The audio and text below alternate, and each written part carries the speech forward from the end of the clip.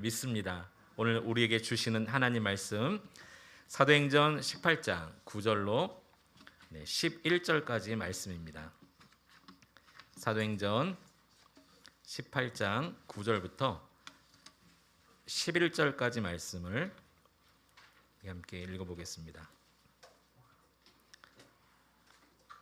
신약성경 219면에 있습니다. 사도행전 18장 9절부터 11절까지 다 찾으신 줄 알고 제가 대신 봉독하겠습니다. 밤에 주께서 환상 가운데 바울에게 말씀하시되 두려워하지 말며 침묵하지 말고 말하라. 내가 너와 함께 있음에 어떤 사람도 너를 대적하여 해롭게 할 자가 없을 것이니 이는 이 성중에 내 백성이 많음이라 하시더라. 1년 6개월을 머물며 그들 가운데서 하나님의 말씀을 가르치니라. 아멘. 오늘 말씀의 제목을 한번 따라 보실까요? 생동감 넘치는 신앙생활. 네, 이 제목을 어떻게 그렇게 생동감 없게 그렇게 하셨나요? 다시 한번요. 생동감 넘치는 신앙생활. 아멘. 우선 지난 한 주, 우리 2022년 첫째 주 우리 1차 특별 새벽 기도회에 여러분 또 현장에서 또 가정에서 또 최선을 다해 참여해 주신 우리 모든 성도들에게 정말 감사를 드립니다. 제가 지난 한 주 특세를 보내면서 마음에 정말 큰 기쁨이 있었던 것이 하나 있었습니다. 우리 모든 성도가 함께 열심히 참여해 주셨지만 그 중에서도 정말 기쁨이 되었던 분들이 계십니다. 바로 우리 청년들입니다. 교회가 시작되고 지난 2년 동안 특세하는 가운데 청년들이 나왔다는 것은 그런 일은 없었거든요. 반주하러는 나왔습니다. 근데 지난주에 보니까요, 반주하는 청년뿐만이 아니라 반주를 안 하는데도 새벽 기도에 참여하는 청년들이 있어서 제 안에 소망이 생기더라고요. 그리고 올해 시작과 함께 우리 청년부가 막 생기가 돋는데요. 얼마나 그 모습이 너무 보기도 좋은데 하나님 보실 때 얼마나 기쁠까라는 그런 마음을 갖게 되었습니다. 올해 우리 청년부에 참 많이 기대가 되어집니다. 여러분 청년부에서 많이 기도해 주시고요. 우리 어른들이지만 우리 장년들도 청년 못지않는 그런 생동감 넘치는 신앙생활을 해야 되겠다라는 열정으로 오늘 함께 말씀을 들으셨으면 좋겠습니다. 이 생동감이라는 말이 무슨 말인가? 제가 국어사전을 찾아보니까 이렇게 돼 있더라고요. 살아서 움직이는 것과 같은 느낌이라고 나와 있습니다. 살아서 움직이는 것과 같은 느낌, 이게 생동감인데요. 신앙생활도 이런 생동감이 있는 신앙생활을 하시는 분이 있고 정말 보기에도 삭막한 그런 신앙생활을 하시는 분도 있는 것 같아요. 저도 최근에 이런 고민을 합니다. 과연 내가 어떻게 하면 더 생동감 있는 신앙생활을 할 수 있을까? 과연 어떻게 하면 내가 생동감 넘치는 목회를 할 수 있을까? 어떻게 하면 생동감 넘치는 교회를 만들 수 있을까? 최근에 정말 이런 고민 많이 하고 있거든요. 어떤 측면에서는 생동감이 넘치는 성도들이 많으면 될까? 이런 생각도 해본 적이 있습니다. 분위기가 바뀌면 좀 가능할까? 이런 생각도 해본 적이 있어요. 그러나 고민 끝에 또 기도하면서 깨달아진 해답이 있습니다. 나름대로 이 깨달아진 것이 저는 정답이라고 믿게 되었습니다. 그것은 바로 날마다 하나님의 음성을 듣고 신앙생활하는 것입니다. 날마다 하나님의 음성을 듣고 신앙생활할 때 정말 생동감 넘치는 신앙생활을 할 수 있겠다라는 그런 깨달음을 얻게 되었습니다. 왜냐하면 하나님은 오늘도 말씀하시는 분이시고요. 그 하신 말씀을 친히 이루어 가시는 분이시기 때문에 하나님의 음성을 들을 수만 있다면 하나님의 뜻을 깨닫게 되고 하나님의 뜻을 알게 되면 비전이 생기게 되고요. 비전이 생기게 되면 생동감 있는 신앙생활을 할 수 있기 때문에 저는 하나님의 음성을 날마다 듣고 사는 것, 이것이 생동감 넘치는 신앙생활의 가장 첫 번째 비결이다라고 깨달아졌습니다. 여러분 생동감 넘치는 신앙생활 하려면요, 하나님의 음성을 듣고 살아야 됩니다. 오늘 이 아침에 교회 나오는데 여러분 이 하루를 살아갈 하나님의 음성을 들으셨습니까? 이 하루를 살아갈 수 있는 하나님의 말씀을 여러분 가슴에 품고 오셨는지 모르겠어요. 하나님의 자녀는요, 하나님의 음성을 듣게 되어져 있습니다. 우리 예수님도 요한복음 10장 27절에 보면 이렇게 말씀하셨습니다. 우리 같이 한번 읽어보겠습니다. 시작.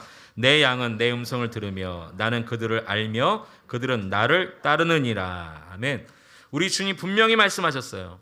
내 양은 무엇을 듣는다고요? 내 음성을 듣는다는 거예요. 그래서 그들이 나를 따른다 이렇게 말하고 있습니다. 여러분, 들어야 따라가죠. 그렇지 않습니까? 주님 말씀 들어야 주님 뜻이 무엇인지를 깨닫고 따라가는 거 아니겠습니까? 근데 오늘 주님은 내 양은 내 음성을 듣는다 이렇게 말씀하셨어요.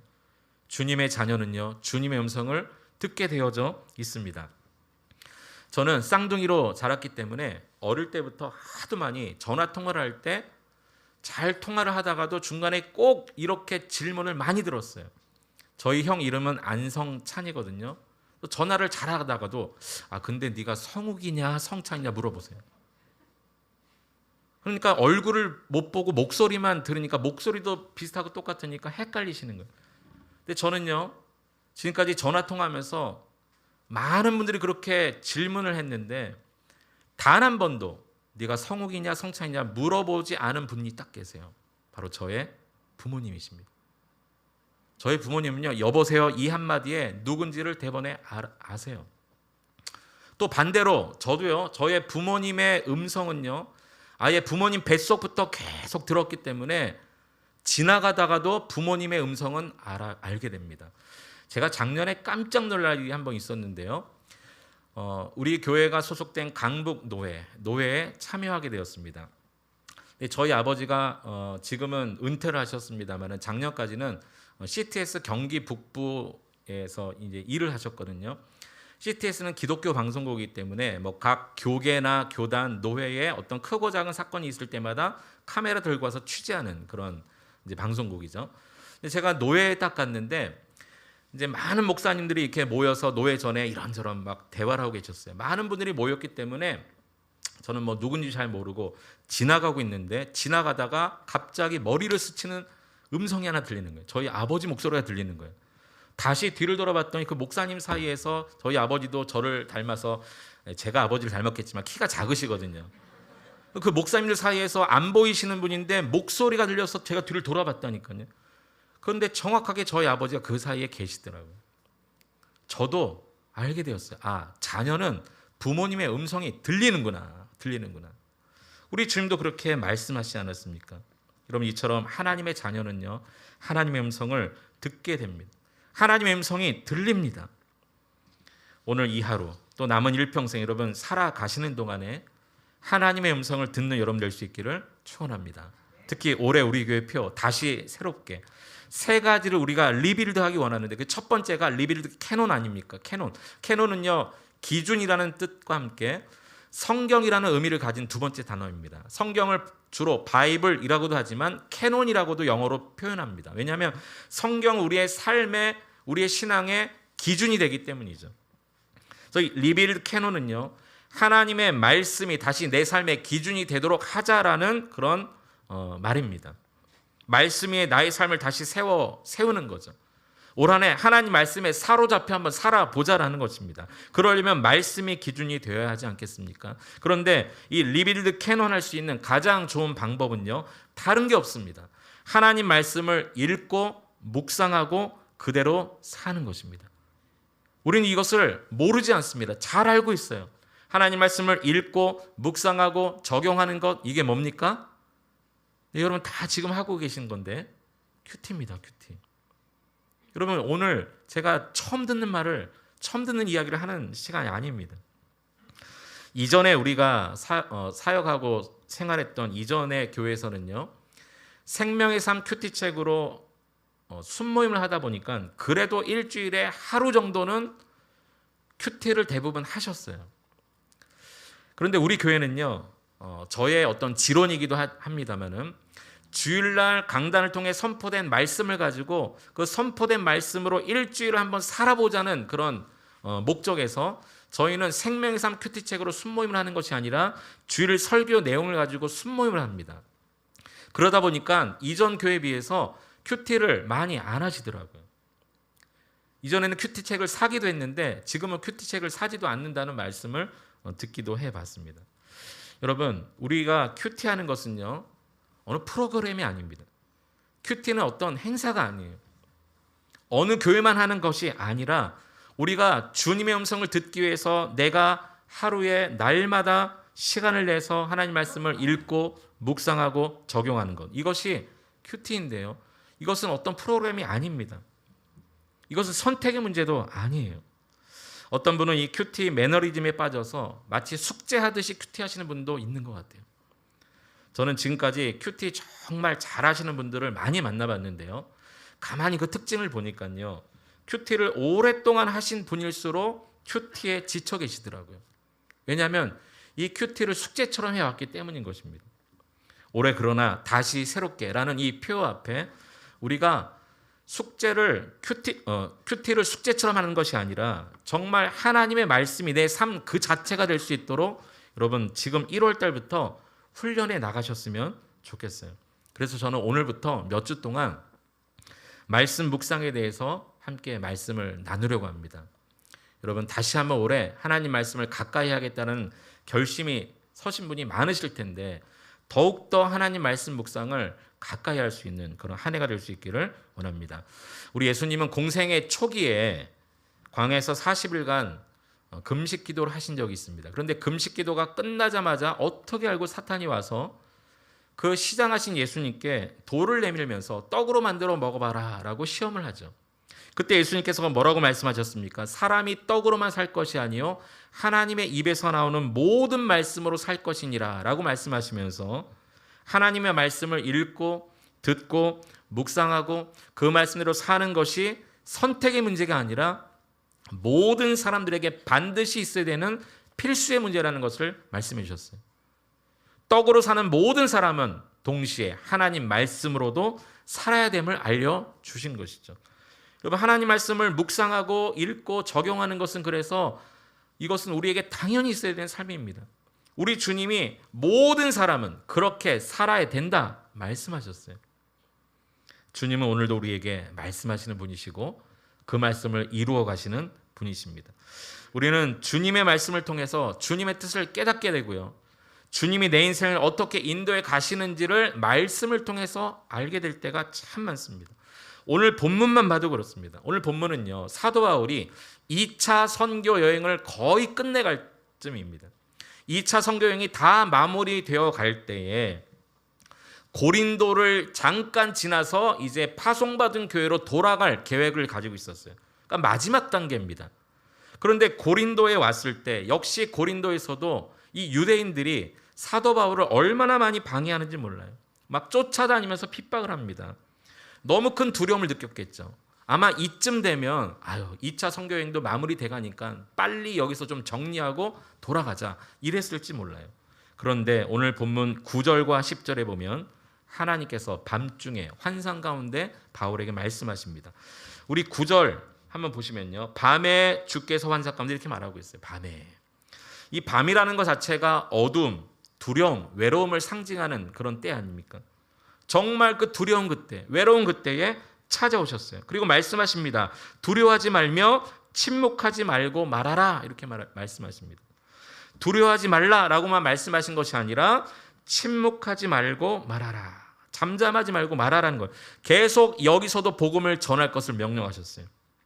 그리고 10절에 보면 이렇게 말씀하십니다. 내가 너와 함께 있음에 어떤 사람도 너를 대적하여 해롭게 할 자가 없을 것이니 이는 이 성 중에 내 백성이 많음이라 이렇게 말씀하셨어요. 내가 너와 함께 하겠다, 함께 하심을 약속해 주셨어요. 그리고 이 성에 내 백성이 많다, 무슨 말입니까? 너를 도와줄 동역자가 여기도 많다, 그렇게 말씀해 주시면서 두려워하는 바울에게 힘과 용기를 주셨습니다. 잠깐 고린도에 머물렀다가 빨리 정리하고 돌아갈 그 마음밖에 없었던 바울이요, 이 주님의 음성을 듣고 용기를 갖게 돼요. 그리고 11절 한번 보십시오. 11절에 보니까 이렇게 말하고 있습니다. 1년 6개월을 머물며 그들 가운데서 하나님 말씀을 가르치니라. 네, 두려워 빨리 떠나고자 했던 고린도에서 몇 년을 머물렀어요? 1년 6개월을 더 머뭅니다. 그래서 바울의 2차 선교 여행 가운데 이 고린도가 바울에게 얼마나 중요한 지역이 되었는지 몰라요. 두려움이 있었던 그곳, 어둠과 밤만 있었던 그곳에 하나님께서 두려워하지 말라, 내가 너와 함께 하겠다, 너의 동역자가 많다, 그 음성을 들은 바울이 1년 6개월을 더 머물게 됩니다. 주님의 음성을 들었을 때 바울은요, 자신이 해야 할 일을 그때 깨닫게 됐어요. 여러분, 바울은 이런 경험이 여러 번 있었습니다. 바울이 처음에 부름받을 때도 그러지 않았습니까? 다메섹으로 가는 도중에 갑자기 하늘에서 강한 음성을 들어요. 어찌하여 너는 나를 핍박하느냐. 부활하신 주님의 말씀, 이 음성 한마디에 그의 인생이 송두리째 바뀌지 않았습니까?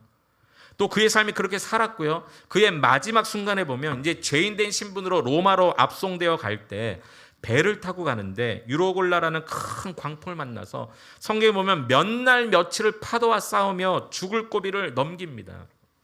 그때 주님의 음성이 또 들렸어요. 두려워하지 말라, 내가 로마에 있는 가이사 앞에 반드시 서야 할 것이다, 그렇게 말씀하셨어요. 바울은 깨달았습니다. 지금 이 몇 날 며칠 파도와 싸우며 죽을지도 모르는 이 상황이지만 하나님은 반드시 나를 로마의 가이사 앞에 세우시겠구나, 이 유로골라라는 이 광풍 아무것도 아니구나 알게 되었어요. 주님의 음성을 들었을 때 주님의 뜻을 알게 되었고 자신의 길을 알게 되었어요. 그리고 담대함을 얻어 그 배 안에서 함께 두려워하는 많은 사람들에게 이런 이야기를 합니다. 여러분, 안심하십시오. 나는 하나님의 말씀하신 그대로 되리라고 하나님을 믿습니다. 하나님은 말씀하신 그대로 이루시는 분인 것을 믿습니다. 두려워하지 마십시오 라고 그가 역시 많은 사람들에게 이야기하게 됐다는 겁니다. 이 모든 것이 다 언제 그런 일이 일어났습니까? 주님의 음성을 들었을 때입니다. 여러분, 하나님의 음성이 들릴 때, 하나님 말씀이 들릴 때 하나님의 뜻을 알게 되어져 있어요. 그리고 내가 해야 될 일이 무엇인지를 비로소 깨닫게 되어져 있습니다. 저도 개인적으로 그런 경험을 했습니다. 저는 원래 목사가 되려는 생각이 처음에 없었던 사람입니다.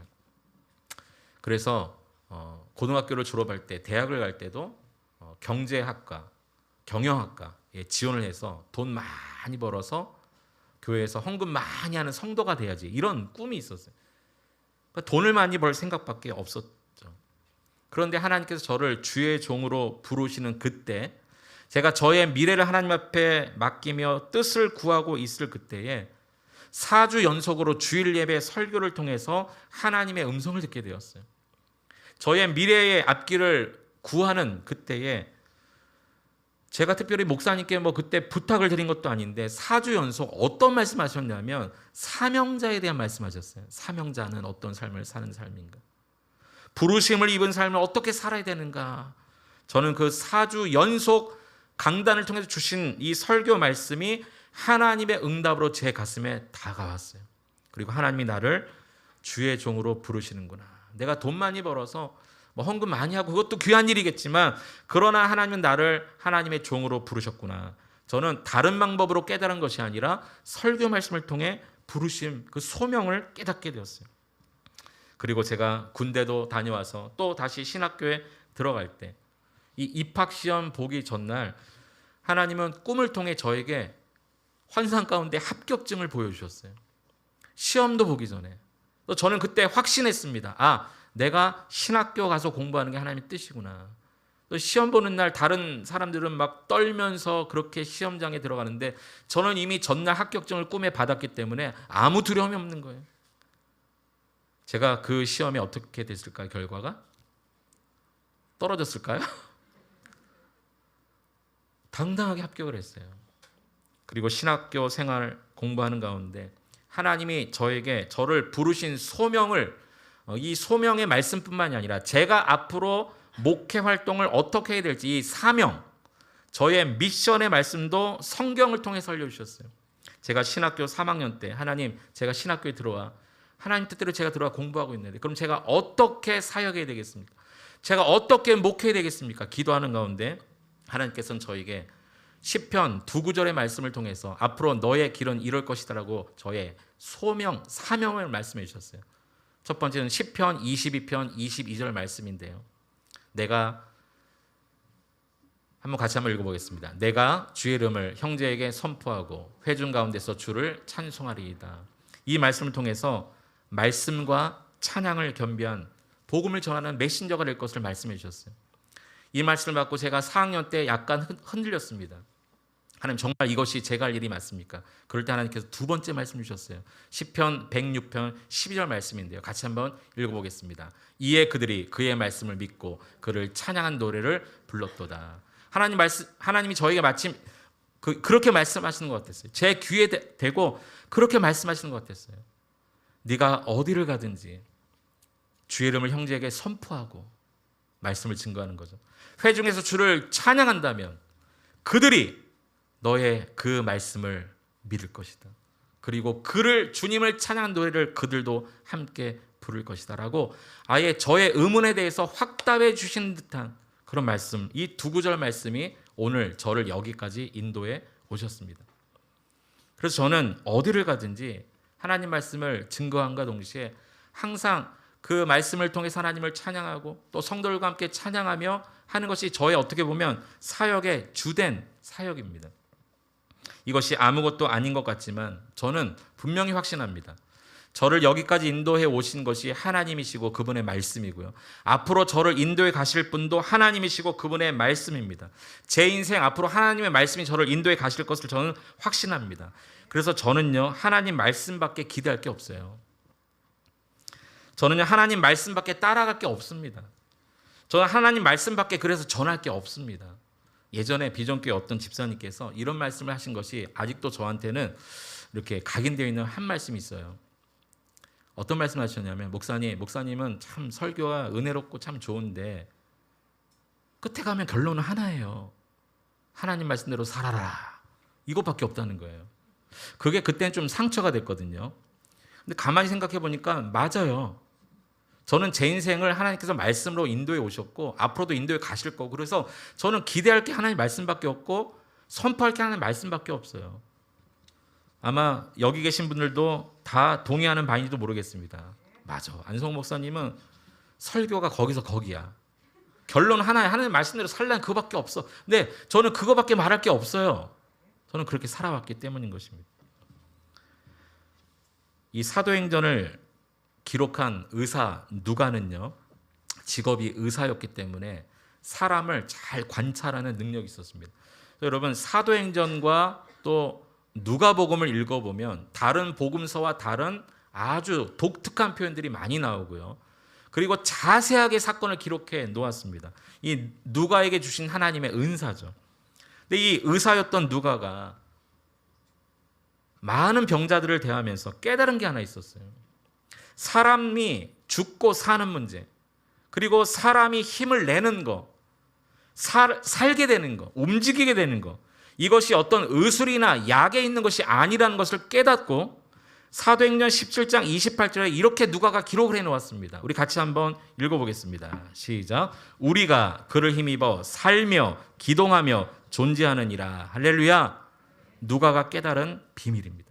자신이 의사인데도 불구하고 약 때문이 아니구나, 의술 때문이 아니구나, 환경 때문이 아니구나, 오직 하나님이 힘주셔야 사는 거구나, 움직이는 거구나, 존재하는 거구나 알게 되었다는 거예요.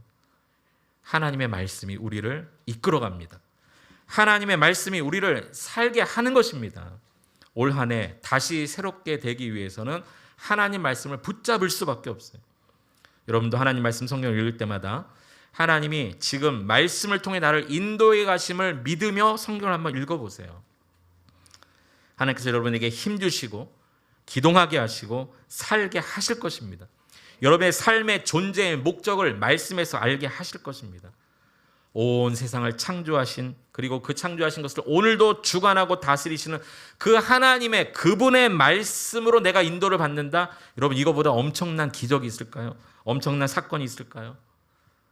그러한 사람은요, 그 하나님의 말씀이 나를 인도한다는 것을 믿는 사람은 이 세상에서 감당치 못할 일이 없게 됩니다. 그런 사람은 욕을 먹어도 기쁘고요, 그런 사람은 온갖 고난을 뚫고 일어섭니다. 그런 사람은 지치고 피곤해도 늘 감사하며 살아갑니다. 왜요? 하나님이 오늘도 나를 인도하고 계신다는 것을 말씀을 통해 확신하기 때문에요. 돈은 없고 건강은 없고 많은 것 다 잃어버렸지만 내 손에 성경은 들려 있기 때문에 그 사람은 포기하지 않습니다. 그 사람은 다시 소망을 가지고 일어납니다. 나는 것이죠. 그런 사람은 인생 마지막 부분에 가서 바울과 같이 이렇게 고백을 하게 될지도 모르겠습니다. 디모데후서 4장 7절에 바울은 이렇게 고백합니다. 나는 선한 싸움을 싸우고 나의 달려갈 길을 마치고 믿음을 지켰으니. 말씀으로 살아가는 여러분의 인생 마지막에도 이와 같은 고백을 하시게 되기를 축복합니다. 여기 보면 선한 싸움을 싸웠다는 건 무슨 싸움일까요 도대체? 말씀대로 살아보려는 몸부림 아닐까요? 그렇게 살았다는 거예요. 그리고 달려갈 길, 바울이 달려갈 길이 그의 사명이 뭡니까? 네, 말씀을 전하는 거 아닙니까? 또 믿음을 지켰다. 도대체 무슨 믿음을 지켰다는 걸까요? 하나님에 대한 믿음, 또 그분의 말씀에 대한 믿음 아닐까요? 이 바울의 마지막 인생의 고백은요, 전부 말씀과 관련되어 있어요. 내가 선한 싸움을 싸웠다. 달려갈 길을 다 마쳤다. 믿음을 지켰다. 오늘 저와 여러분의 이 고백이 이 바울의 고백 되었으면 좋겠습니다. 하나님은 말씀으로 여러분을 인도해 가십니다. 이것을 확신하고 끝까지 말씀 붙들고 승리하는 여러분의 고백도 되시기를 축원합니다. 그래서 다시 한번 말씀드리자면 하나님 말씀을 읽고 묵상하는 게 그래서 너무너무 중요해요. 하나님 말씀을 묵상하는 것, 이것을 큐티라고 말하는데요. 이 큐티는요, 영어로 quiet time이라고 말하죠. quiet time. 조용한 시간, 경건한 시간, 하나님을 만나는 시간, 하나님과 교제하는 시간, 하나님의 인도를 받는 시간입니다. 그래서 이것은요, 내가 하나님 말씀을 스스로 읽고 듣는 훈련입니다. 이것은 어떤 교회 프로그램이 아닌 것이, 우리가 그리스도인이라면, 하나님의 자녀라면 하지 말라고 해도 당연히 해야 되는 것입니다. 영국의 케임브리지 대학에 후퍼와 토튼이라는 두 학생이 있었어요. 이 후퍼와 토튼은 동일한 고민을 가지고 있었어요. 어느 날 만나서 얘기하다 보니까 너도 그런 고민이 있어? 나도 이런 고민이 있는데. 둘이 만나서 이 고민을 해결하기 위해서 노력합니다. 어떤 고민을 가지고 있었냐면 자신들은 예수를 믿는 그리스도인인데 그리스도인임에도 불구하고 늘 마음과 삶이 세속적인 경향이 가득 찬 거예요. 이게 고민인 거예요. 나는 예수 믿는 청년인데 내 마음속에 일어나는 것은 늘 세속적인 경향이 많은 거예요. 이거 어떻게 해결 안 될까? 어떻게 하면 좋을까? 둘이 고민하다가 찾아낸 방법이 무엇이냐면 하루 24시간 중에 얼마를 성경을 읽고 기도하고 묵상하는 시간으로 보내기로 결단합니다. 이것이 방법이라는 것을 알게 되고 그들은 그 시간을 quiet time이라고 불렀어요. 이렇게 큐티가 시작이 되었습니다. 이 quiet time, 경건의 시간에 동일한 고민을 했던 친구들이 1명, 2명 오기 시작하더니 나중에는 학교 전체의 경건 운동으로 일어나게 됐습니다. 이 경건의 시간, 이 모임을 통해서 많은 목회자와 선교사들이 배출되었다고 합니다. 여러분 한번 가만히 한번 생각해 보십시오. 하루가 24시간입니다. 일주일이면 168시간이에요. 168시간. 혹시 168시간 중에 여러분 하나님과 교제하고 하나님을 만나고 하나님 말씀을 읽고 묵상하는 시간은 여러분 몇 시간 정도 되시나요? 한번 가만히 한번 생각해 보세요. 잠자는 시간 한번 빼볼까요? 네, 하루에 평균 8시간 한번 잔다고 생각해 봅시다. 그러면 하루 8시간을 빼면 16시간씩 일주일 하면요 112시간이거든요. 112시간도 네 좋아요. 많다고 생각하고 10일을 빼고 100시간이라고 한번 생각해 봅시다. 100시간. 일주일 100시간 중에 여러분 하나님을 생각하고 말씀을 묵상하고 이런 시간이 몇 시간 정도 되세요? 주일에 1시간 예배하니까 1시간은 해야 되겠죠. 또 새벽에 나오면 1시간, 금양로 기도하면 또 1시간, 순모임 하면 또 1시간 정도 되고요. 개인적으로 기도하고 말씀 읽고 이렇게 하면 한번 일주일에 5시간 정도는 그래도 한다 한번 생각해 봅시다. 잠자는 시간 빼고 12시간도 좀 빼고 일주일에 100시간 중에 5시간은 그래도 한다. 여러분 그러면요 일주일에 20분의 1을 하는 거예요. 10시간이라고 한번 생각해 봅시다. 나는 그래도 10시간 정도 하는 것 같아. 일주일 100시간 중에 10시간 하면요 몇 분의 몇입니까? 10분의 1 하는 겁니다. 그럼 여러분 나머지 10분의 9는 어떻게 하시나요? 여러분 매일 교회에 올 수는 없지 않습니까? 매일 순모임을 할 수는 없지 않습니까? 매일 목사를 만날 수는 없지 않습니까? 그럼 여러분 교회 못 오고 순모임 못 하고 목사 못 만나고 이러면 여러분의 신앙은 10분의 9는 죽어야 됩니까? 그렇지 않습니다. 여러분 스스로가 매일 하루 한 2, 30분 정도라도 말씀을 읽고 묵상하고 적용한 것을 나눈다면 여러분 얼마나 하나님의 뜻을 더 알게 될까요? 올 한 해는 그런 기본적인 틀을 한번 만들어 보세요. 아침에 일어나면 자연스럽게 화장실도 가고 또 세수도 하고 또 밥도 먹는 것처럼 하나님 말씀도 마찬가지입니다. 자연스럽게 읽고 묵상하고 적용하는 이 묵상의 시간이 필요합니다. 큐티를 잘하는 비결을 알려드릴까요? 목사라고 잘할까요? 아니요, 그렇지 않습니다. 누가 잘하느냐? 큐티를 잘하는 비결은요, 묵상하는 시간을 따로 만든 사람만 잘합니다. 근데 묵상하는 시간이 없으면 아무리 목사 할아버지가 와도 큐티 못합니다. 여러분 매일 사람을 만나기 전에, 매일 무슨 일을 하기 전에 하나님을 먼저 만나야 되겠다는 결심을 먼저 세우시는 여러분 될 수 있기를 축원합니다. 우리 예수님도 그렇게 바쁜 중에도 묵상의 시간이 있으셨어요. 마가복음 1장 35절에 보면 우리 예수님이 이렇게 사셨다고 말씀하고 있습니다. 새벽 아직도 밝기 전에 예수께서 일어나 나가 한적한 곳으로 가사 거기서 기도하시더니, 한적한 곳으로 가셔서 기도도 하고 묵상도 하고 앞의 일도 생각해보고 하나님과 교제하는 그런 묵상의 시간이 있으셨다는 거예요. 여러분도 여러분만의 그 말씀 묵상의 시간, 기도의 시간을 따로 반드시 가져보시기 바랍니다. 그것이 또한 예배입니다. 참 바쁜 시대를 살아갑니다. 여러분 모두가 바쁘시죠. 그래서 여러분을 도와드리기 위해서 우리 교회도 큐티팀이라는 게 있어요. 지금 그 큐티 카톡방도 운영되고 있는 것으로 알고 있는데 이것은 강요는 아닙니다. 자원하시는 분이 누구라도 들어와서 매일 올려지는 말씀을 함께 보고 읽고 나눌 수 있는 그런 카톡방입니다. 우리 순장님 혹시 순원들 중에 카톡방에 들어오고 싶으신 분 계시다면 또 자원하는 마음으로 들어오실 수 있도록 우리 순장님들 좀 소개하고 안내해 주셨으면 좋겠어요. 일부러 저는 그 카톡방에 없습니다. 처음부터 저를 초대해 주셨지만 저는 이유를 말씀드리고 나왔어요. 왜냐하면 목사가 있으면 형식적이 되더라고요. 그리고 목사가 있으니까 목사님에게 잘 보이기 위해서 좋은 글도 막 쓰고 막 이렇게 됐거든요. 그래서 저는 아예 빠져나왔어요. 여러분 제가 없습니다. 걱정하지 마시고 성도들 여러분의 커뮤니티입니다. 누구라도 들어오셔서 말씀을 나누고 읽고 또 은혜를 나누는 그런 시간이 되었으면 좋겠습니다. 말씀을 정리합니다. 여러분 생동감 있는 신앙생활, 오늘 여기서부터 말씀이 시작됐는데 생동감이 넘치는 신앙생활을 하려면 하나님 말씀을 들어야 됩니다. 하나님 말씀을 들으면 하나님 뜻을 알게 되고요, 나의 인생을 인도해 가신 하나님의 마음을 알게 되고, 그러면 비전이 생겨나는 거예요. 그러면 내 삶이 생동감이 넘치게 되어져 있습니다. 결국 말씀을 묵상하는 것이 하나님의 마음을 알게 되어지는 것입니다. 그리고 이 하나님이 나의 왕이시구나, 이 하나님이 내 인생의 주인이시구나, 이 하나님의 주권을 인정하며 거기서부터 진정한 예배가 시작되어지는 것입니다. 하나님의 말씀을 제쳐놓고 우리의 신앙은 결코 자랄 수 없습니다. 하나님 말씀을 제쳐놓고 우리는 하나님을 절대 알 수 없고요, 하나님 말씀을 제쳐놓고 예배가 시작될 수 없는 것입니다.